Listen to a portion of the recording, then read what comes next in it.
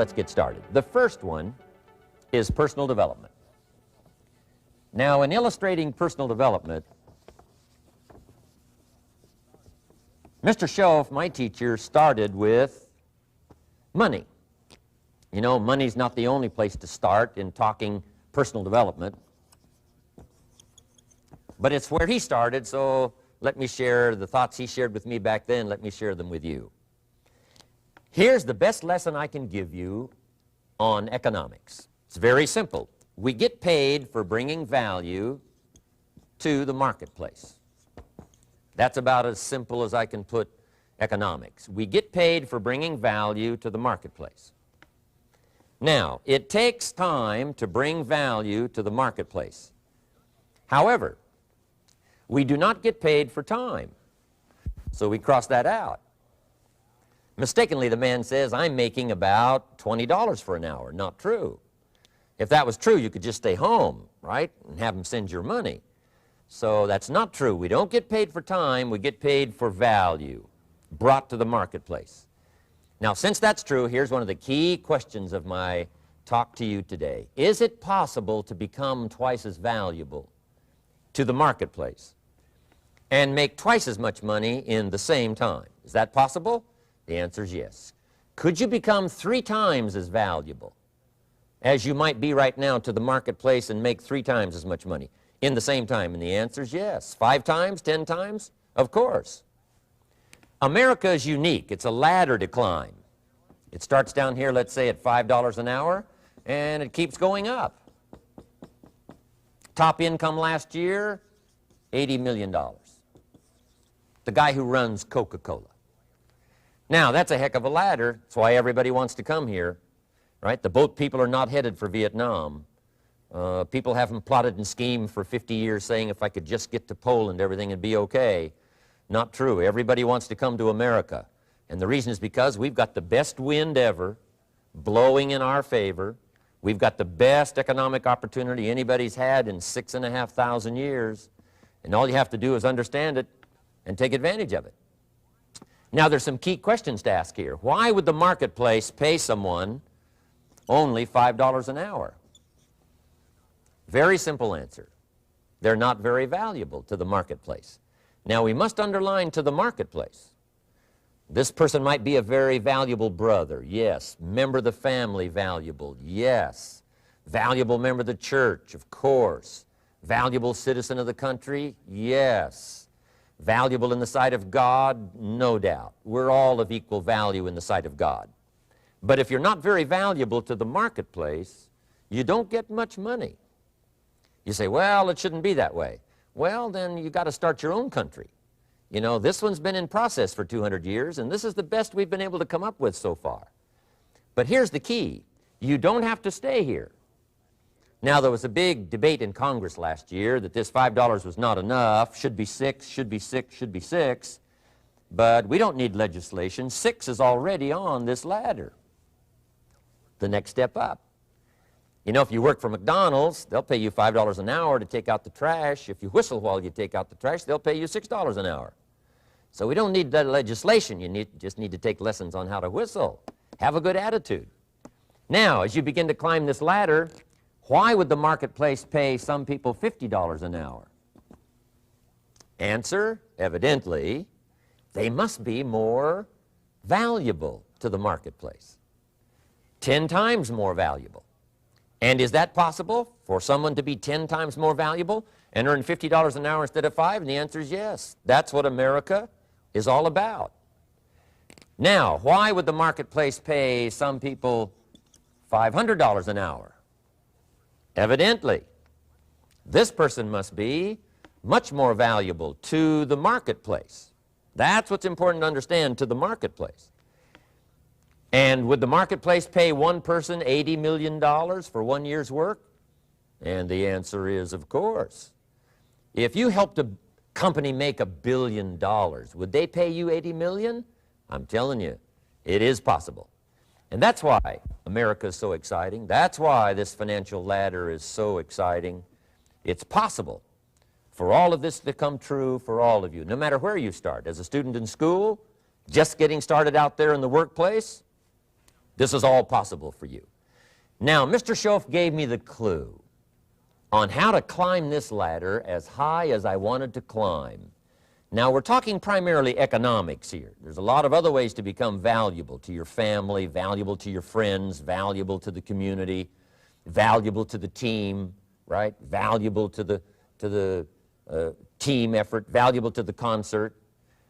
But here's what he said to me. In climbing this ladder economically, all you have to do is work harder on yourself than you do on your job. Once I heard that, it made sense to me. I kept hoping that everything else would change around me, found out that if I went to work on myself, worked on my skills, worked on my language, if I became better than I was each year, if I grew in skills and language and vocabulary and competence, then I would become attractive to the marketplace. Not very long ago, a company called me and said, Mr. Rohn, we're expanding internationally. We'd like to have a bit of your expertise to help us. Would you give us a bit of your time? We'll add some millions to your fortune. And I said, okay. And I thought later, isn't that interesting? They would call me. Then my second thought was, of course they'd call me. Who else would they call? I can get the job done. Now, what a contrast for me, farm boy from Idaho, raised in obscurity, parents of modest means, broke when I was 25. How come I would get a telephone call and someone offer me a lot of money to help them in expanding around the world? Simple answer, evidently, something happened to me between age 25 and where I am today. And I can tell you where it all started. From my teacher, Mr. Schoaf, who said to me, we don't have to change what's going on out there. That's the wind that's blowing. All we have to do is change what's going on in here. And now there's several ways to do that on personal development. And let me give you those ways. Here's the first one. We must learn from personal experience. Pretty simple. Learn from what happens to you. Take a look back over the last few months. Did you make some mistakes? How could you correct those for the future? Take a look back over the last year. Have you done it right or done it wrong? Let's correct it for the next year. Learn from your personal experience. Mr. Schoaf asked me when I first met him, he said, Mr. Rohn, how are you doing? You've been out there now 6 years. And I said, I'm not doing very well. He said, I suggest you not do that anymore. What a simple, swift analysis to my situation. He said, if you keep doing it, the next 6 years will be like the last 6. You don't want that to happen. Let's make the changes. So learn from your personal experience. Now here's number 2, why I came to share this video experience with you today. And that, I call it OPE, other people's experiences. That's me, other people. That's your teacher, other people. That's your friends and colleagues, other people. The people you meet that can pass along to you their experiences, what's happened to them, the mistakes they made, how they corrected them, how they changed their health and changed their bank account and changed their income and changed their future. That's it, other people. Now there's 2 kinds of people to learn from. One is failures. It's too bad failures don't give seminars, right? That would be valuable. Bring your notebook, have them tell you how they lost it all and threw it all away, threw their health away and threw their friendships away and things didn't work out well. That would be valuable. But now then we must also learn from positive, people that have done well. They've got the health, and so we ask them, how did you become so healthy? They've got the skills, so we ask them, how did you become this skillful? They've got the income, so we ask them, how did you get here in such a short period of time? So now here's what's important in personal development. In learning from other people, we learn, number 1, by observation. We learn what we see. We watch people that are successful in what they do. In sports, we watch their disciplines. In business, we watch their disciplines. By observation, what we can see. The reason I created this video is something that you could see someone's experiences translated for you. Second, we learn by what we hear. I've got some of my lectures on cassette tapes, so you know you can take them with you wherever you go and learn by listening. Turn your car into a mobile classroom and listen. And then listen to the sermon on Sunday morning. Listen to the lectures. Listen to the teacher. Listen to someone who's got something good to say. And then number 3 is vitally important on personal development, and that is read all the books you can possibly read in your lifetime. Mr. Schoaf got me started on my library. I've got one of the better libraries. Haven't read everything in it, but I feel smarter just walking in it, my library.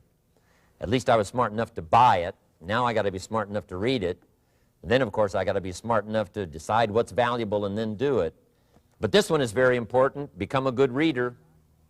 Some books that helped change my life. Mr. Schoaf recommended, of course, the Bible. And my parents made sure I was a pretty good scholar by the time I was 18. That's been so beneficial for me, drawing from those illustrations, reading about those stories, people who made it and people who didn't make it, and what the difference was. And then other books that helped to really change my life. One called Think and Grow Rich by Napoleon Hill. And then a book that helped me become financially independent by the time I was 31. And that book is called The Richest Man in Babylon by George Clason. And I'm going to share a little bit of that book with you when I get to financial independence today, our 3rd subject. But I started reading the books, attending the classes, making sure that I got in front of people that had something good to say. And then I started keeping a journal. One of the major things my teacher taught me was to keep a journal. He said, don't trust your memory. If you hear something good, just make a little note and write it down. Now, at first I took, notes on pieces of paper and torn off corners and backs of old envelopes, and it didn't serve me well, thrown in a drawer. Then I learned to keep a journal, a bound copy of all my notes. So I would suggest you do the same. Things that impress you, a poem that impresses you. When you attend a class, some of the ideas that impressed you, jot them down. You read something in a magazine, right? Some ideas. Take those out, put them in your journal. Keep a good journal the rest of your life. This will serve you well. My journals make up a significant portion of my own library. And if you saw my library and saw my journals, I tell you what you'd have to say. This is the library, and these are the journals of a very serious student. No wonder Mr. Rohn is invited to lecture and speak on his experiences around the world. So I want the same thing to happen to you. Value captured that you can resort to later, go back over it and review it, and let it become valuable to you. So that's my first subject, personal development. Work harder on yourself than you do on your job. Develop the skills, learn the lessons, take the classes, absorb all that is being taught to you these days. And then later on, of course, you can sort it out, what's valuable to you and how to refine it for your business and for your life and for your future. But the main thing is to get it and start this process of personal change, personal development. And let me say it one more time. If you will change, everything will change for you. You'll never be the same. You'll keep growing. As you look back on a few months, look back on a few years, you won't believe the progress you can make economically, your relationship with your family, your friends, and whether you're in sports or economics or whatever. I'm telling you, that whole process of committing yourself for personal change, personal value, can really make your life unique and worthwhile.